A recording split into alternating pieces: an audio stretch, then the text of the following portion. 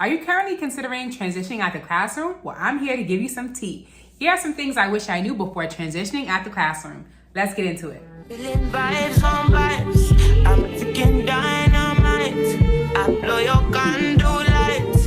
You know I'm just that type. No, them no fit kill my vibe. Them no fit kill my vibe. I was saying bye to the classroom, not to education.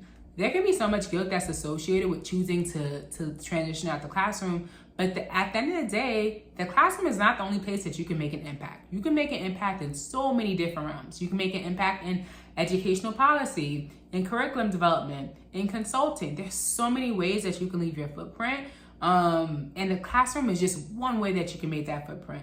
So the sooner that you realize that there's so many ways that you can make a difference, the sooner you can let go of that guilt that is associated with choosing to leave the classroom. I wish I knew that there was an identity shift that comes with transitioning out the classroom. When you are a teacher, that is who you are, okay? Like, you wear that as a badge of honor, okay? That is who you are. But in other roles, that's your job isn't who you are, it's what you do, right? It's something that you do. And so something that I noticed when I first transitioned out the classroom, I kind of had an identity crisis. I'm like, who am I when I'm not teaching, right? So that meant that I had to take some time to explore so that I can discover who is Jessica outside of teaching. What are some things I like to do on a school night, okay? What are some things that bring me joy, right? So it definitely takes a relearning of yourself, relearning your hobbies, because you are now a new person. You're now discovering who you are when you aren't teaching.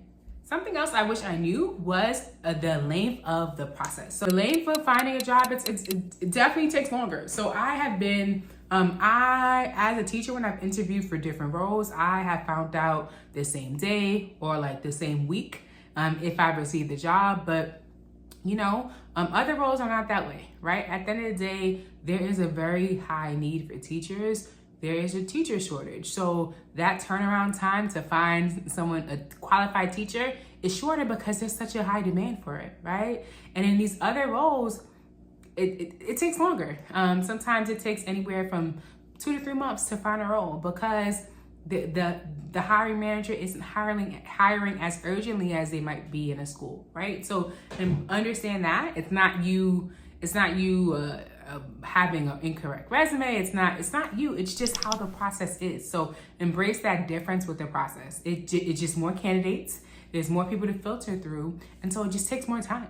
It's the chaos and the uncertainty. So as teachers, we have our lesson plans, we have our seating charts, we have our routines. Okay, everything is planned to the T because when we fail to plan, we plan to fail. Okay, but as you're going through this process, there's so many things that are out of your control, right? There's so many variables that you cannot control, right? And there's so many things that just are up in the air. And that's something that you just have to learn to embrace and be okay with, right? You have to lean into that discomfort. So you can't control how quickly a recruiter responds back to you. You can't control, just how long the length of the hiring process takes. These are things that we just can't control, right? And so instead of being frustrated and by this, just lean into the discomfort. Lean into this knowing that this is part of the process and this is a new field. This is part of growing pains. Whereas teaching, you knew exactly what to expect. You knew exactly how long things should take.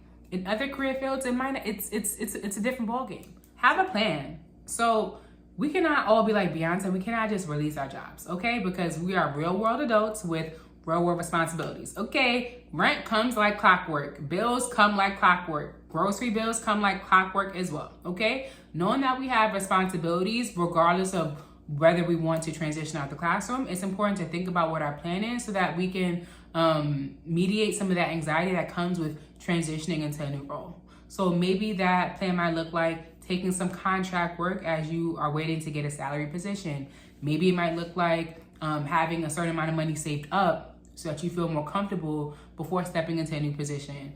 Maybe that might look like applying to jobs as you're still teaching. It's up to you, but it's important to have a plan because there's so many different variables, right? We know that life be lifing and we still have to take care of our responsibilities. So think about what you want to do. Think of a plan that makes the most sense to you so that you can feel confident and secure during this process as well. So that is the tea on things I wish I knew before I transitioned out the classroom. So this is a very personal journey. at the end of the day, it boils down to making sure that you are making the best decision based off of the information that you have. So I have some resources to help you along that way. I have, please be sure to check out my playlist so that you can see different videos related to the topic of transitioning out the classroom, as well as self-care. And please also check out the links in the description box as well to help you as you're making that decision. And you know, if you stayed all the way to the end, we are besties. So go ahead and hit that subscribe button. Thank you and catch you next time. Vibes on vibes. I'm freaking dynamite. I blow your gun.